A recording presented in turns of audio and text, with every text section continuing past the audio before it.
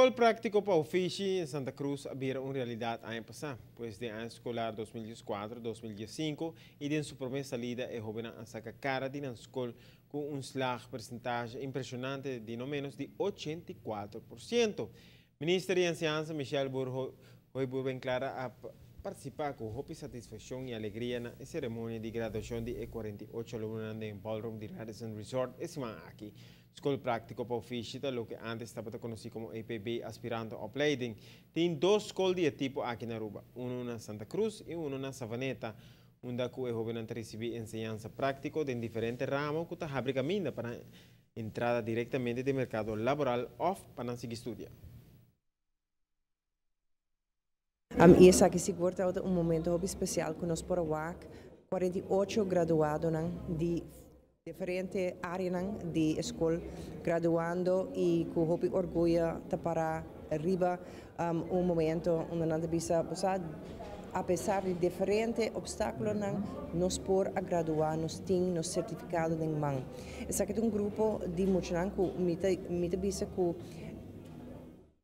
diferentes motivos, diferentes fatores envolvidos, tem para sobre na vida diária, na vida familiar, pone que não por assim certa coisa de parte acadêmica, pero outro não que quizás o sistema mesa falha, pero apesar de tudo isso aqui, não tem a gana de seguir um estudo e isso é o que nós vamos é o resultado de determinação para acabar algo.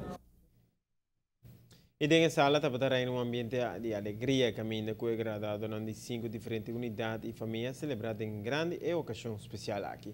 O grupo aqui tem promete 2 grupos que lo celebram na graduação. O governo está mais contente com esse porcentagem, que está sendo bonita a felicitar o graduado, na maior e outros serão queridos que acompanham no trajeto de SPO.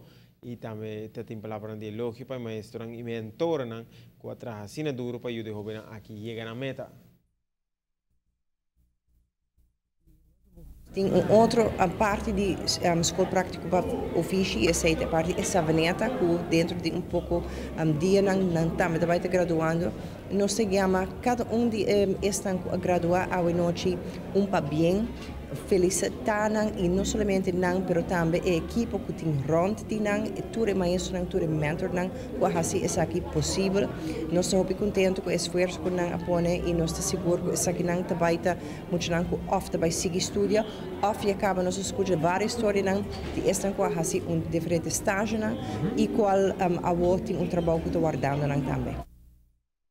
Alguns estudantes não seguem estudando mientras outros estão assim bom impressão durante o estágio na a companhia onde na estágio e no supermercado laboral de viagem depois de graduação com a companhia aqui.